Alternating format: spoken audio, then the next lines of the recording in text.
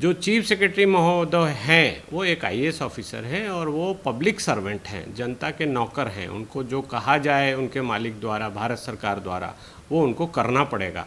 और उन्होंने कहीं ना कहीं इसका उल्लंघन किया है।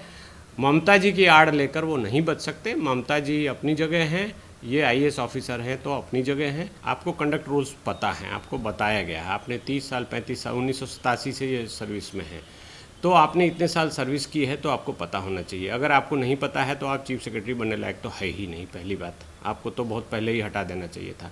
और अगर आपको पता है और फिर भी आप गलत कर रहे हैं तो कहीं ना कहीं आपकी इंटेंट खराब है, मिसकंडक्ट है, आपकी नीयत खराब है, आप बेईमान हैं। ममता बनर्जी अपना माहौल तो उड़ा ही रही है और अपने साथ साथ वो जो रूल्स एंड रेगुलेशंस हैं, बंगाल में जो काम लॉ एंड ऑर्डर होना चाहिए उसका भी मजाक उड़ा रही हैं और उनको ये सबक मिलना चाहिए खूब अच्छे से। ममता जी तो नाटक कर रही हैं।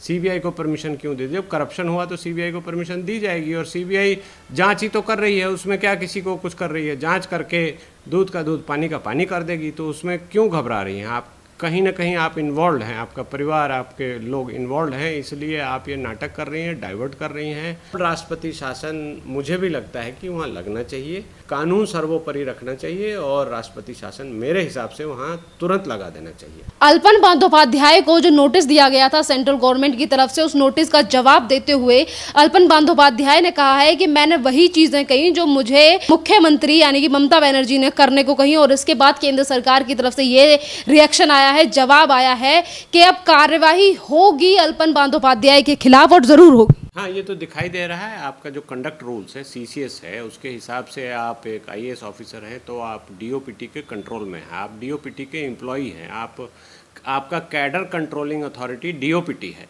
जो कहे वो आपको मानना पड़ेगा। कोई बहाना आप नहीं, कोई आड़ नहीं ले सकते। तो ये कहीं ना कहीं विलफुल डिसोबीडियंस या इनसबॉर्डिनेशन या अनबिकमिंग का मामला है और ऐसा ज़रूर होना चाहिए क्योंकि उन्होंने पॉलिटिकली मोटिवेटेड होकर पॉलिटिकल इन्फ्लुएंस में आकर किया है। ये एक ट्रेंड सेटर केस होना चाहिए, उनके ऊपर सख्त से सख्त कार्रवाई होनी चाहिए। उनका चूँकि अब वो रिटायरमेंट ले चुके हैं तो उनके पेंशनरी बेनिफिट्स ही रोके जा सकते हैं, उसको फॉरफिट कर देना चाहिए। उनके ऊपर चार्जशीट देकर उनकी जो भी कार्रवाई है वो होनी चाहिए और ये कहीं ना कहीं ये ट्रेंड सेटर या एग्जाम्पलरी होना चाहिए ताकि दूसरे लोग उस लेवल पर या कोई दूसरे उस तरह के अधिकारी जाकर किसी मुख्यमंत्री के झांसे में आकर उसका नौकर ना बन जाए। ये हमें ध्यान रखना है कि हमारी जो एडमिनिस्ट्रेटिव सर्विसेज है, ऑल इंडिया सर्विसेज है, और ये एक ऐसा फ्रेम है जो हमारे फेडरल स्ट्रक्चर को बचाती है। फेडरल जो सेंट्रल गवर्नमेंट के प्लान्स होते हैं, जो स्टेट गवर्नमेंट के प्लान्स होते हैं, डेवलपमेंट के प्लान्स होते हैं, लॉ एंड ऑर्डर के इश्यूज होते हैं, वो डिस्ट्रिक्ट लेवल पर ये जाकर इम्प्लीमेंट करते हैं और उसका एक एडमिनिस्ट्रेटिव ढांचा है जो जिसको कि चीफ सेक्रेटरी सुपरवाइज करता है। तो ये कहीं ना कहीं ये सेंट्रल गवर्नमेंट को इन्होंने ठेंगा दिखाया है और सेंट्रल गवर्नमेंट की ही ये नौकरी करते थे, इसलिए इनके ऊपर तो इनसबऑर्डिनेशन का सीधा सीधा मामला बनता है और सेंट्रल गवर्नमेंट को इस पर सख्त से सख्त कार्रवाई करनी ही चाहिए। सर, अगर अल्पन बंदोपाध्याय के साथ अगर ममता बनर्जी की बात करें, क्योंकि ममता बनर्जी ने ही प्रधानमंत्री के लिए चिट्ठी लिखी और उन्होंने कहा कि 3 महीने का जो कार्यकाल है वो बढ़ा देना चाहिए अल्पन बंदोपाध्याय का, और जैसे ही 3 महीनों का टाइम बढ़ाया जाता है ये अपना मुख्य सचिव बना लेती हैं। जब रिटायरमेंट हुई नहीं पूरी तरीके से, उसके बावजूद भी दूसरी पद्धति दे देना ममता बनर्जी की तरफ से, तो ये तो फिर कानून को पूरी तरीके से उल्लंघन कर रही हैं। हाँ, ये ममता बनर्जी चूंकि एक आईएएस ऑफिसर नहीं है, वो सरकार की नौकर नहीं है, वो एक मुख्यमंत्री हैं। उनको जो उनके अधिकार क्षेत्र में है वो चिट्ठी लिख सकती हैं, प्रदर्शन कर सकती हैं, जो भी वो फ्लोर ऑफ द हाउस पे जो चाहे कर सकती हैं। लेकिन जो चीफ सेक्रेटरी महोदय हैं वो एक आईएएस ऑफिसर हैं और वो पब्लिक सर्वेंट हैं, जनता के नौकर हैं। उनको जो कहा जाए उनके मालिक द्वारा, भारत सरकार द्वारा, वो उनको करना पड़ेगा और उन्होंने कहीं ना कहीं इसका उल्लंघन किया है। ममता जी की आड़ लेकर वो नहीं बच सकते। ममता जी अपनी जगह हैं, ये आईएएस ऑफिसर हैं तो अपनी जगह हैं। इनको अपना कंडक्ट रूल्स देखना पड़ेगा, इनका कंडक्ट डिफाइंड है, इनको क्या करना है क्या नहीं करना है सब कुछ बहुत अच्छे से उस सीनियर लेवल पे सबको टिप्स पे होता है, सबको पता होता है। तो इन्होंने जानबूझ के किसी मोटिव से, किसी गलत नीयत से या भारत सरकार की इमेज को ख़राब करने के लिए ऐसा किया है, जो कि एक दाग है। और इस सर्विसेज, इतनी अच्छी सर्विसेज हैं, इसमें अच्छे अपराइट ऑफिसर्स हैं जो किसी चीफ मिनिस्टर की नहीं सुनते। हम अक्सर मीडिया में देखते हैं कि चीफ मिनिस्टर की भी नहीं सुन रहे, किसी की नहीं सुन रहे, उनके जो रूल्स हैं, जो रेगुलेशंस हैं, उसी से वो चलते हैं। तो इन बंदोपाध्याय महोदय को भी यही करना चाहिए था, पता नहीं उन्होंने क्या किया। और जब उनका एक्सटेंशन चीफ मिनिस्टर ने मांगा और केंद्र सरकार ने आगे बढ़कर उनको एक्सटेंशन दे दिया, तो उसका फ़ायदा उठाना चाहिए था। वो गलत राजनीति नौकरी में रहते हुए नहीं करना चाहिए। अपने एम्प्लॉयर के साथ इस तरह की हरकत करना एकदम गलत है। और जो अगली पीढ़ी है, जो यंग पीढ़ी है आईएएस ऑफिसर्स की, उनके लिए गलत लेसन दे रहे हैं कि आप चीफ मिनिस्टर के पिछला गो बन जाओ या उनके इशारों पे काम करो तो आपको कंसल्टेंट बना दिया जाएगा, आपको रिटायर होगा तो आपको फ़ायदे दे दिए जाएंगे, दूसरे फ़ायदे दे दिए जाएंगे। तो ये कहीं ना कहीं हमारा जो आयरन फ्रेम है सिविल सर्विसेज का, आईएएस का, ऑल इंडिया सर्विसेज का, उसमें कहीं ना कहीं ये डेंट लगा दिया इन्होंने। और ममता जी ने तो खैर उस पर एसीडी डाल दिया है। तो ये प्रकरण छोटा नहीं है, 1-2 दिन का मामला नहीं है, इस पर गंभीर कार्रवाई होनी चाहिए। ममता बनर्जी के बोलने पर और ममता बनर्जी के पीछे लगकर जिस तरीके की चीज़ें अल्पन बंदोपाध्याय कर रहे हैं और केंद्र सरकार के नोटिसों का जवाब जिस तरीके से उन्होंने दिया है कि जो ममता बनर्जी ने कहा वो मैंने किया, क्या बंदोपाध्याय कोई बच्चे हैं जो इस तरीके से, जब आईएएस की तरफ से भी नोटिस भेजा गया ममता बनर्जी के लिए तो उन पर भी कोई जवाब नहीं देना, इतनी ज़्यादा लेट जवाब देना, वो भी इस तरीके का जवाब। देखिए, सबसे पहली बात तो आप अपने कंडक्ट रूल से बाध्य हैं। आपको कंडक्ट रूल्स पता हैं, आपको बताया गया है। आपने 30 साल 35 साल 1987 से ये सर्विस में हैं, तो आपने इतने साल सर्विस की है तो आपको पता होना चाहिए। अगर आपको नहीं पता है तो आप चीफ सेक्रेटरी बनने लायक तो है ही नहीं। पहली बात, आपको तो बहुत पहले ही हटा देना चाहिए था। और अगर आपको पता है और फिर भी आप गलत कर रहे हैं तो कहीं ना कहीं आपकी इंटेंट खराब है, मिसकंडक्ट है, आपकी नीयत खराब है, आप बेईमान हैं। इसलिए कार्रवाई तो होनी चाहिए, नहीं तो ये हमारा जो स्ट्रक्चर है, जो एडमिनिस्ट्रेटिव सेटअप है सेंटर और स्टेट का, जो रेगुलेट करता है एडमिनिस्ट्रेटिव स्ट्रक्चर, उसमें कहीं ना कहीं ये एक गलत मैसेज जाएगा। और इस पर कोई भी ढिलाई सेंट्रल गवर्नमेंट को नहीं करना चाहिए। मेरा मानना है कि इस पर इनके ऊपर कार्रवाई होनी चाहिए, इसको नज़रअंदाज बिल्कुल नहीं होना चाहिए। एक तरफ सर ये भी बात है कि ममता बनर्जी हो या फिर ममता बनर्जी के कोई भी नेता हो, अभिषेक बनर्जी हो या फिर कल्याण बनर्जी हो या फिर इसके अलावा और भी तमाम नेता हो, ये हमेशा इस बात का जिक्र हमेशा करते हैं कि पीएम नरेंद्र मोदी या फिर अमित शाह या फिर जितने भी बीजेपी के नेता या फिर और भी नेता जो लोग हैं वो कभी भी इस संविधान का उल्लंघन करते हैं, लोकतंत्र को नहीं मानते। पर जब चीज़ें एक्चुअल में देखी जाए तो ममता बनर्जी कब संविधान को मानती हैं, कब लोकतंत्र के ऊपर बात करती हैं, ये कभी नहीं देखा। बहुत रेयर चीज़ें देखी जाती हैं।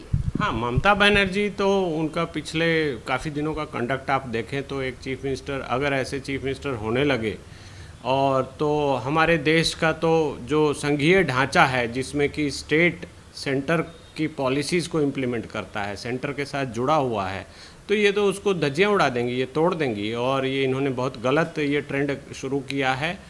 और पॉलिटिकल लीडरशिप उनकी है, वो जीतती हैं इलेक्शन, उनको अधिकार है, लेकिन उनको अधिकार ऐसा नहीं है कि वो प्रधानमंत्री से ऊपर चले जाए या प्रधानमंत्री आकर बैठे हैं और वो मीटिंग में आधे घंटे बाद आएँ, कोई बहाना लगा दें। ऐसा प्रोटोकॉल भी नहीं होता, ऐसा कंडक्ट भी नहीं होता, ऐसा सामाजिक रूप से, शिष्टाचार के रूप से, पॉलिटिकल रूप से, एडमिनिस्ट्रेटिव रूप से, लीगल रूप से कहीं से भी ये सही नहीं है।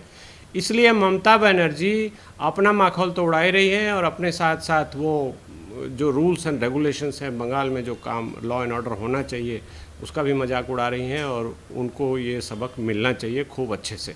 लोकतंत्र की बात करने वाली ममता बनर्जी और ममता बनर्जी के कैडर में से कोई भी लोकतंत्र को नहीं मानता। और जैसे ही संविधान के तहत वहां के राज्यपाल कोई कार्रवाई करने के लिए सीबीआई को अनुमति दे देते हैं तो इन्हीं के नेता ये बोलते हैं कि जब राज्यपाल अपनी गद्दी से हट जाएंगे, अपने काम से हट जाएंगे तो इन्हें जेल में डाल दिया जाएगा। मतलब धमकी दे रहे हैं खुद। हाँ, ऐसे नेताओं को शर्म आनी चाहिए कि वो एक महामहिम की जो गरिमामय कुर्सी है उसके विरुद्ध बोल रहे हैं। पॉलिटिकल डिफरेंसेस हो सकते हैं, आप उसका कानूनी रूप से उसका विरोध कीजिए, उसको कोर्ट में चैलेंज कीजिए, लेकिन जो गवर्नर हैं उन्होंने अपने पावर का प्रयोग किया है, संवैधानिक शक्तियां हैं उनके पास, हेड ऑफ द स्टेट हैं वो, तो उनके बारे में ऐसे शब्द का प्रयोग करना बहुत ही गलत है और उनको माफ़ी मांगनी चाहिए। और ये कहीं ना कहीं हमारे डेमोक्रेटिक हिस्ट्री में ये काले पन्ने के रूप में लिखा जाना चाहिए। और ऐसे नेताओं को कभी भी, जनता को भी देखना चाहिए कि ऐसे नेताओं को कभी भी आगे न बढ़ने दें। ये नेता अगर बढ़ गए आगे तो हमारे संघीय ढांचे को तोड़ देंगे और हमारा देश लड़खड़ा जाएगा। जो अभी विकास की गति चल रही है, जो सेंट्रल गवर्नमेंट काम कर रही है, उसमें कहीं ना कहीं ये रोड़े अटकाएंगे।